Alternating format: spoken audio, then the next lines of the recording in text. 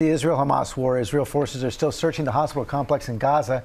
Matt Gutman is on the scene at a military base near Gaza with the latest. Good morning, Matt.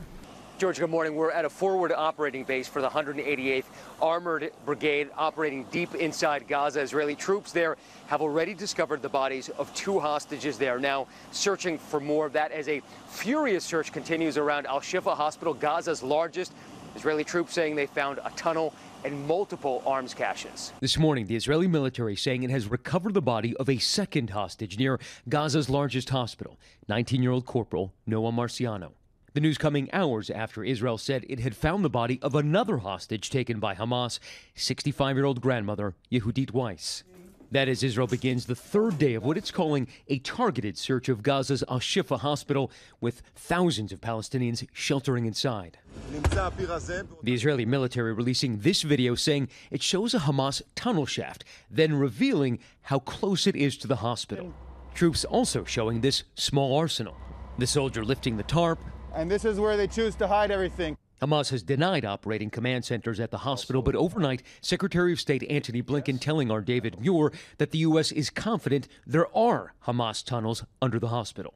What we know, and based on information we have, as well as information that the Israelis have, is that this has been the practice of Hamas, to use these civilian infrastructure. Inside Gaza, a deepening humanitarian crisis as the World Health Organization says more than half of all hospitals in Gaza are no longer functioning. Those that are still open overflowing with the wounded and forced to work with dwindling supplies. Our team outside one of the hospitals in the south sending us these images.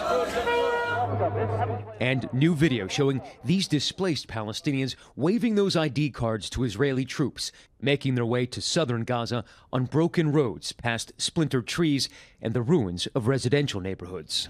Israel dropping leaflets Wednesday in southern Gaza where hundreds of thousands from the north are sheltering, warning civilians to flee certain areas, signaling that its ground offensive may expand south. To understand that Palestinians who are in the south where it's been bombed no longer feel safe listening to the Israeli military, because even in the south, the place that's supposed to be safer is apparently not. So it is safer, and it is also the area we're allowing and pushing more and more humanitarian aid to come.